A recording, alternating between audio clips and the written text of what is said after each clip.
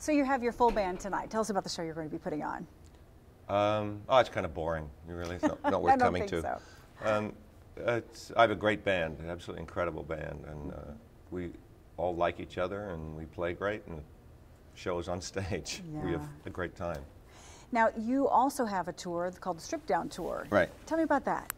Well, the Strip Down thing's a solo show, like a storyteller kind of thing, where I talk about, tell a lot of funny stories. Well, I think they're funny, but anyway, stories about how songs are written. It's kind of an arc of my life. I have I play the first song I ever wrote, and go through like lyric-driven songs and play some of the hits. But it's a very different set list than the one we do with the band. So I wanted to be a completely different show.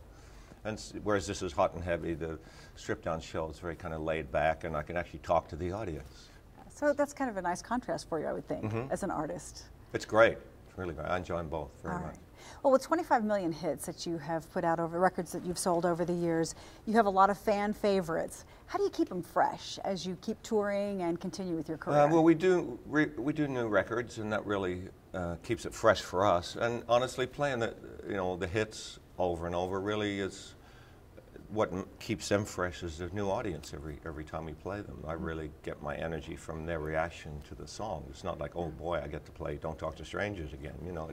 It's that the audience enjoys it, and I get my joy from that. Right, because they really look forward to seeing you, and they come out. The women who are out here, we're so excited to see you. Does that ever pale at all, or is that just kind of the... Well, everyone likes to be liked, I mean, really. Honestly, we all want to be liked, and it's just an extension of that. Right. Honestly. Now, you're taking your artistry in a new direction with your second book that you just came out, Magnificent Vibration. What an interesting twist. Where did that come from? I don't know. I wrote my autobiography by myself without a ghostwriter, and my publisher liked my voice, liked my writing style, so she suggested I write fiction, and I had written fiction before. I started out as a kid wanting to be a novelist. I read a lot, and then music took over, so I stopped writing stories and started writing stories and songs. But so I just started the book with I had no concept of what to do with it. I just started out with what would it be like if you had a phone line to God, and it starts with a phone call to God. And it's really doing well. New York Times bestseller, just published in May. Are you surprised by that, or was this what you were hoping for? I was actually very surprised by the great press it got. I was, I haven't always been the critic's darling, In fact, I read some old review the other day of Working Class Dog, which had Jesse's Girl on it, right? My first hit record. And the reviewer's going, it's not a bad album, but there's no classic songs on here. So, I'm used to that kind of thing. I mean, fortunately, he was wrong, but the press on the book has been great. And it's like I've got better press for my writing than I'd ever got from my music. So. And it's such a different description for you. I read on one of the reviews it said sex, comedy, and metaphysics. Yeah. Oh, well, I want to put everything in there, I put all the stuff that interests me. And honestly, the Loch Ness Monster interests me, and so does possible sci-fi things, and God interests me, and sex interests me, and, metaphysical stuff does. I guess that could be God too, but I don't know, that's your interpretation. There you go. So are you working on another book already, or is this let this one play for a while? I'm reworking this book that I just finished. It's a sequel to Magnificent Vibration, so I'm just going in and reworking it, which is a bit of a bear, but I want it to be the best thing. Magnificent Vibration just kind of basically came out as it is. This one is a little more work, so hopefully it'll be better. And I understand your acting career is still going strong. You're working on a film right now with Meryl Streep. We just wrapped about 2 days ago.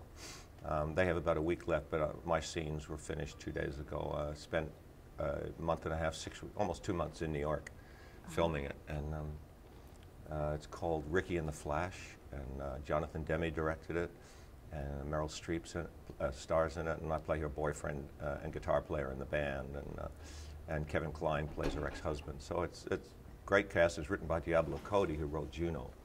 So it's got a lot of great people involved, and I was very fortunate to be cast as her boyfriend, and she's incredible to work with, absolutely incredible. I had to ask you that. What is Meryl Streep like to work with in person? She is such a giving actress and a giving person. I got sick the first couple of days. I had to cancel the first couple of days shoot because I got sick, got a sore throat, and I'm singing, and you know, just as backup, and I'm still singing. Jonathan wanted us to play live, so it's all live.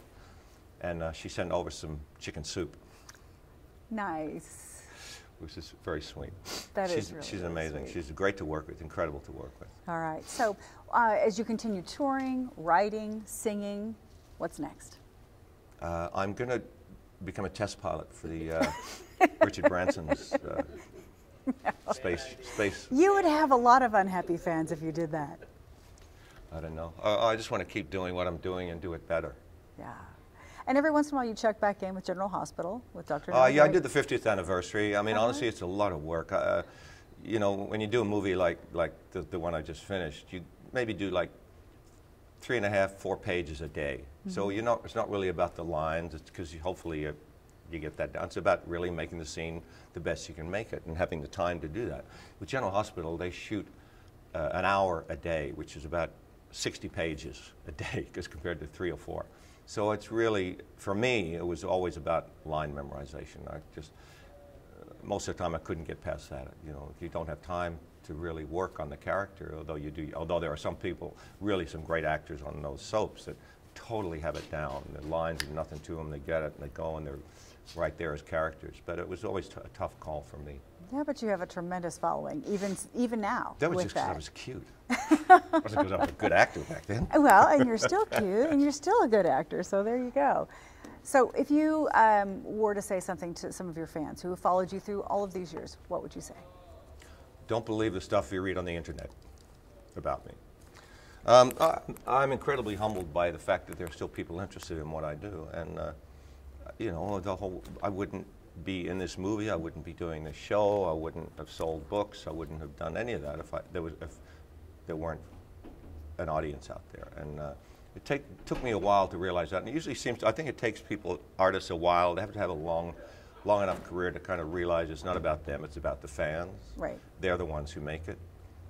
And you know, because I know some great artists whose stuff is sitting on the shelf, you know, they couldn't find an audience. And how you know, it's just the luck of the gods, you know. I mean, but really, my only probably good trait is that I persevere.